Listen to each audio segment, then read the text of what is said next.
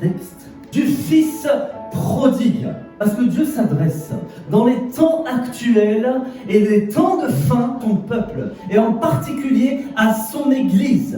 Et le Seigneur veut instaurer, l'imbiber et la plonger dans son atmosphère prophétique qui va s'associer à l'apostolique.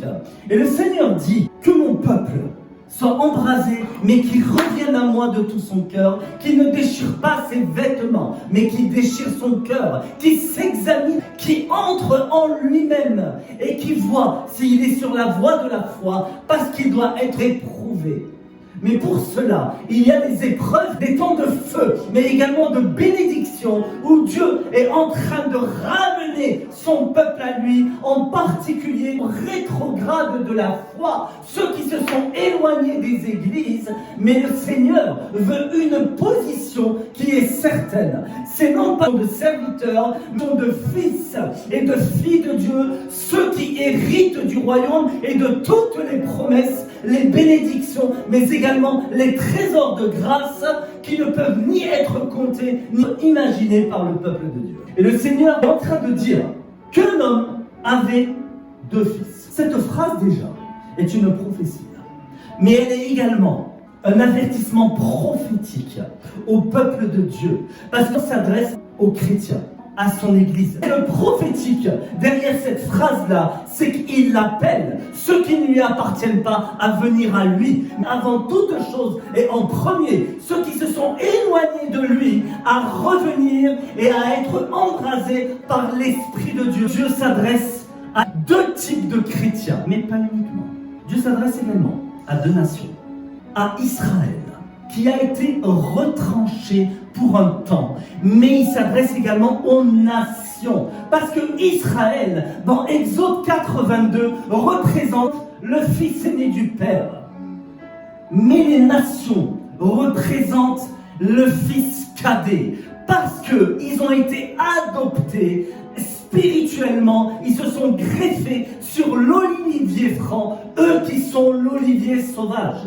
Si Dieu s'adresse à Israël, et là je te donne une révélation, Dieu savait que Israël devait avoir cette position de fils aîné parce qu'il allait être retranché pour un temps, afin que Dieu permette à toi et moi de venir à lui en tant que fils cadet et de prendre la position du fils aîné aujourd'hui.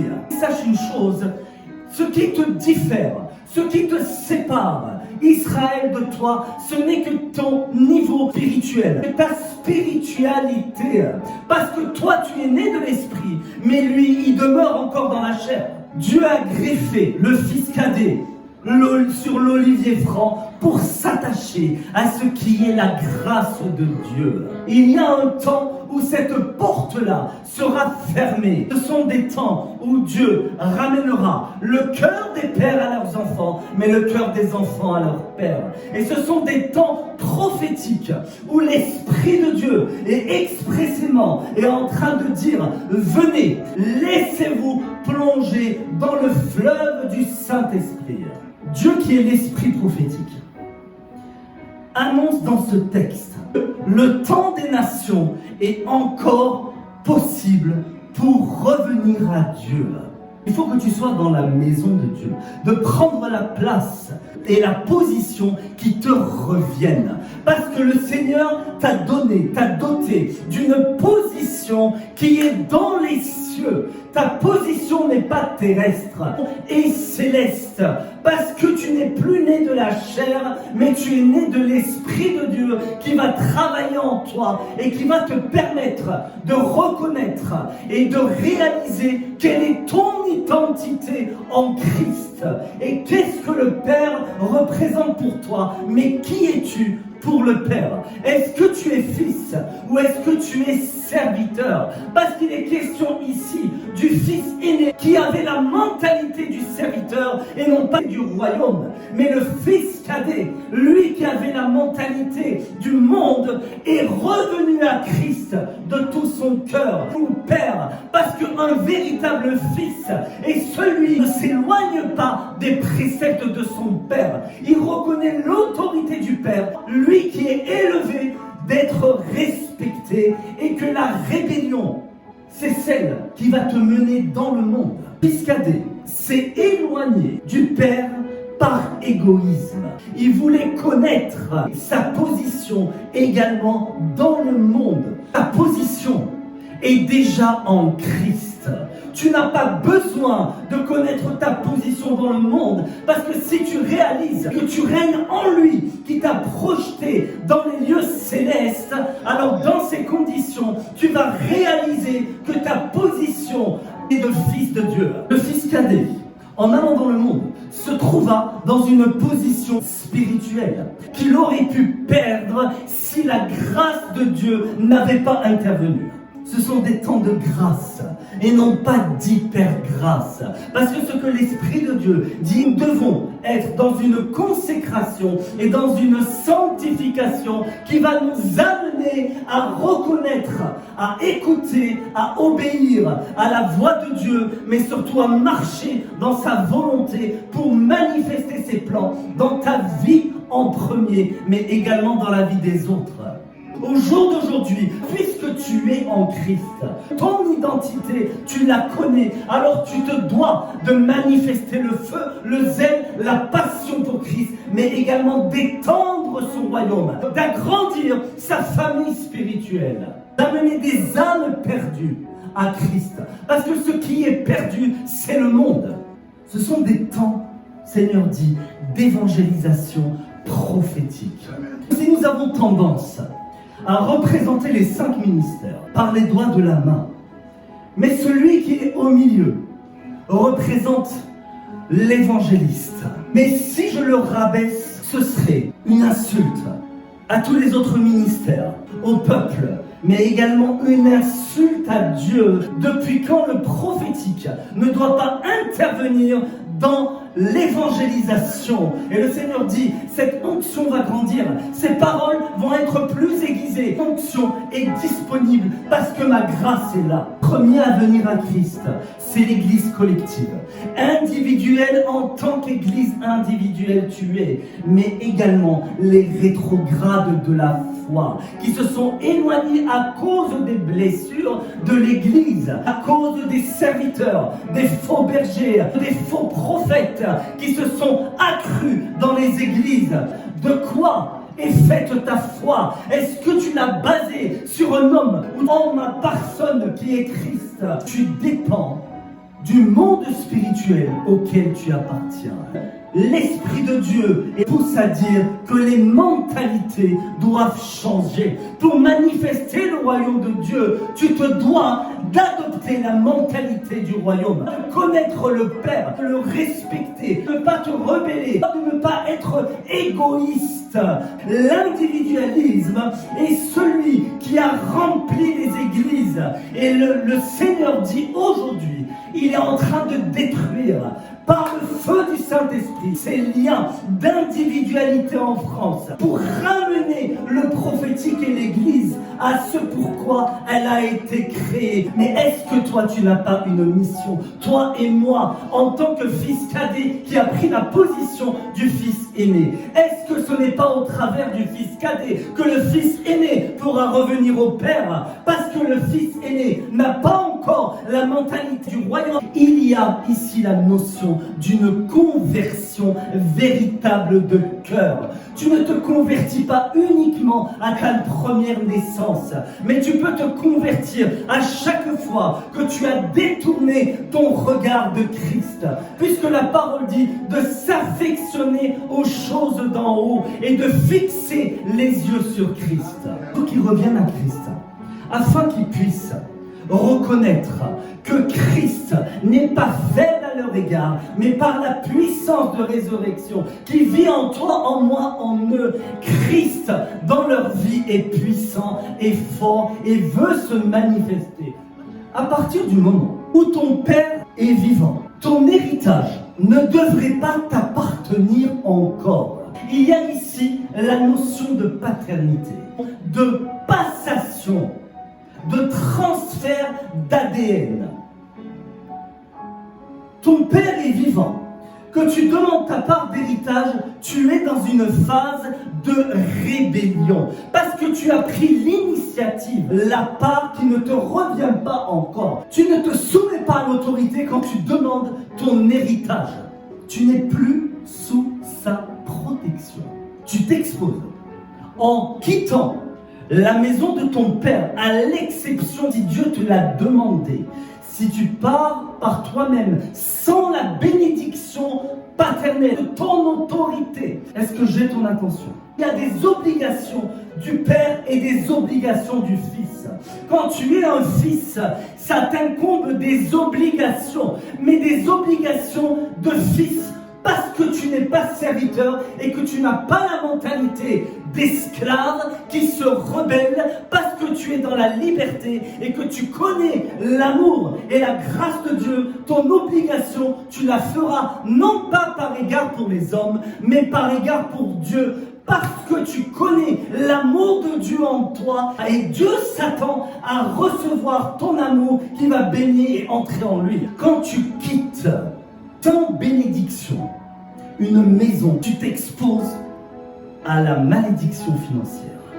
Entre le père et le fils et le père, il y a une alliance qui est indestructible. Parce que le fils, quelles que soient les circonstances, il reviendra toujours vers le père. Revenons sur la notion d'héritage. L'héritage t'est transmis à la mort du père.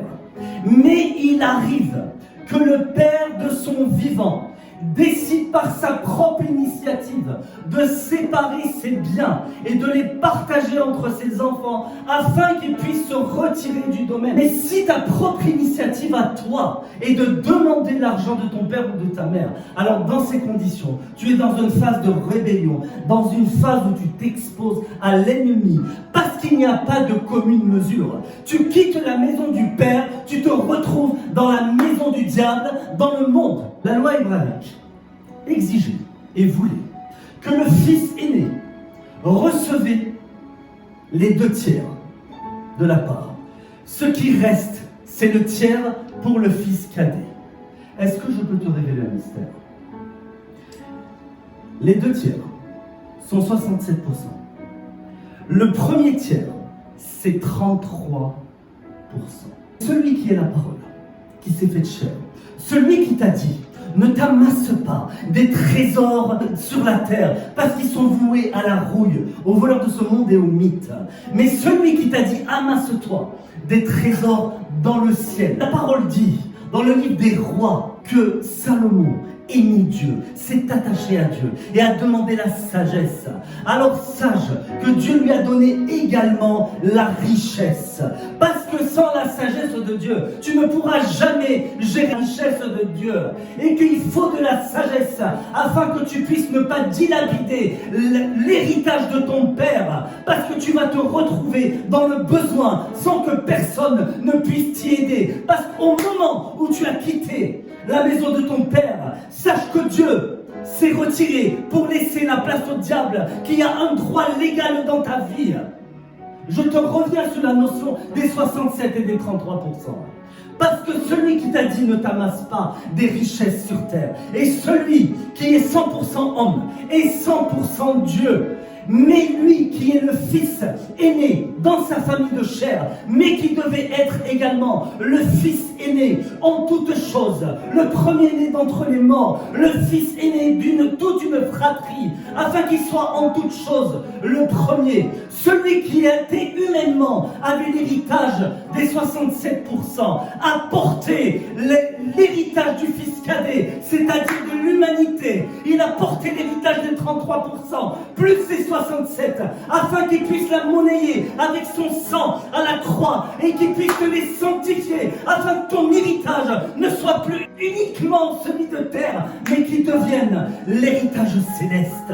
Le 100%, Dieu t'a donné 100% de l'héritage céleste, afin que tu puisses en jouir et qu'il a porté sur lui la malédiction de l'héritage terrestre, afin qu'il puisse t'amener non seulement un héritage céleste qui ne se flétrit point, mais qui sera ton héritage terrestre également. Est-ce que tu saisis? que ton héritage est céleste. Il vaut bien plus que l'or et l'argent de ce monde, mais que l'héritage de Dieu, comme la parole dit, que l'argent et l'or appartiennent à Dieu. Ce sont ceux que tu dois demander à Dieu, car Dieu ne sait pas compter. Le 100% céleste ne représente pas le 100% terrestre.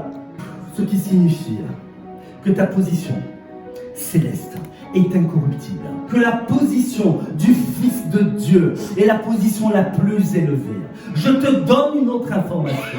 Dans ce texte-là, il est question de 3 positions. La première est la position de serviteur, dont il est dit dans Jean 13, tu vas simplement obéir et tu vas faire ce que Dieu te demande. Mais cette position-là ne suffit pas, parce que Dieu t'amène de gloire en gloire et de victoire en victoire. Dans ces conditions, tu vas atteindre la seconde position dont il n'est pas ici parlé. C'est la position d'ami dont il est question dans Jean 15, où le Seigneur lui-même parle et dit: je ne vous appelle plus serviteurs, car les serviteurs ne connaissent pas ce que dit le Maître, mais je vous appelle mes amis, parce que je vous donne des révélations. Et Dieu partage avec toi, mais ne la garde pas trop longtemps, parce que ce n'est pas l'ami qui va hériter du royaume. Ton héritage est l'héritage du Fils et l'héritage de la fille. Dans ces conditions, Dieu t'appelle et appelle son peuple et appelle son Église à être sa fille, à être enflammée, parce que la position de fils, c'est la position où tu vas te servir, où tes désirs sont déjà les désirs de Dieu, parce qu'il y a une communion que tu as atteint, il y a déjà l'amour de Dieu que tu connais. Tu t'es éloigné de la religiosité qui a manifesté le Fils aîné dans ce texte, parce que l'image du Fils aîné est l'image du religieux, du propre juste, celui qui te dit: j'ai fait les choses et j'ai droit au mérite, celui qui ne connaît pas l'amour de Dieu, qui ne reconnaît pas qu'il est sous la grâce, il ne connaît pas Dieu, il ne connaît pas le Père comme un Dieu papa, parce que l'Esprit de Dieu en lui, peut-être qu'il s'est converti, mais il n'a pas fait grandir par cette communion, cette relation personnelle avec le Père, qui fait que Dieu va te donner encore et t'amener à son rang. Que tu changes ta position de serviteur, il faut un changement de mentalité. Le fils aîné a la mentalité de l'esclave, celui qui n'est pas libre, celui qui agit uniquement sur ordre. Il n'a pas la position, encore moins, du disciple accompli, qui est l'ami, mais il est resté au stade du serviteur. La mentalité du fils cadet, bien qu'il ait dilapidé tous les biens de son père, il est revenu et Dieu l'a ramené à sa position initiale, au sans héritage, mais il lui a accordé la position du fils et il lui a même mis une robe. C'est l'image de la vie consacrée, sanctifiée, sans tache, mais plus dans le péché. Il l'a extirpé de là, parce qu'une fois que tu viens à Dieu avec un cœur repentant, et c'est la première des conditions, parce que tu dois prendre une décision pour être fils de Dieu. Tu dois te dire que ma volonté, je veux faire la volonté de Dieu. Le diable ne peut rien contre ta volonté que Dieu a mise en toi pour être fils, et que tu dois changer de mentalité, que tu dois te convertir, que tu dois te repentir et que tu dois manifester la volonté de vouloir être fils de Dieu. Une position, ça se recherche. Ta position de fils, c'est celle où quand tu vas dans un lieu, le monde céleste reconnaît en toi l'esprit du Dieu vivant par lequel tu cries Abba Père. Parce que si tu reconnais que Dieu est Père, alors c'est que forcément tu es fils et tu es fille de Dieu. Et donc ta position dans les lieux célestes est établie. Mais tu dois être assis en Christ afin que tu puisses te lever pour Christ.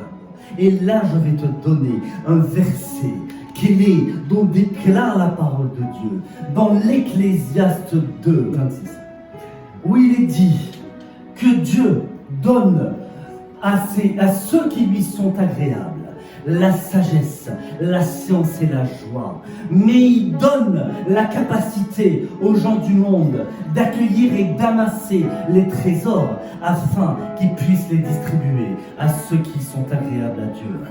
Le Fils est celui qui va lire la parole de Dieu parce qu'il va se conformer, non pas dans la lettre qui tue, mais dans la révélation et dans le réma, parce que ça va lui apporter la liberté de l'esprit pour pouvoir laisser le Saint-Esprit se manifester en lui, par lui et au travers de lui.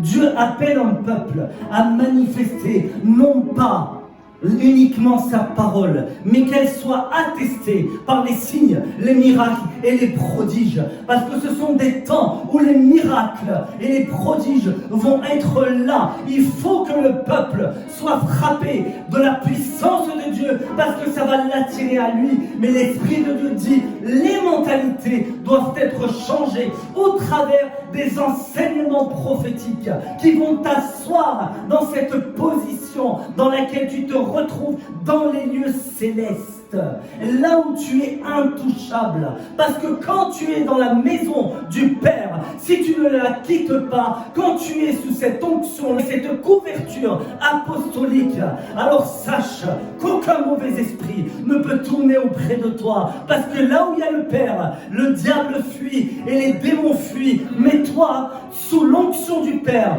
sous l'onction qu'il t'a donnée, tu es intouchable. Vous savez, Dieu a récupéré le Fils. Quand les textes précédents parlent de ce qui a été perdu, ils parlent du drame ou de la pièce ou du stataire qui s'est perdu et qu'il fallait aller le chercher. Mais dans ce texte-là, Dieu n'est pas allé chercher le Fils. C'est le Fils qui a manifesté sa volonté de retourner vers le Père. Et le Père l'a guetté, le Père l'attend. Et l'Esprit de Dieu est en train d'attendre ton signal. Que tu puisses le solliciter, que tu sois connecté à lui.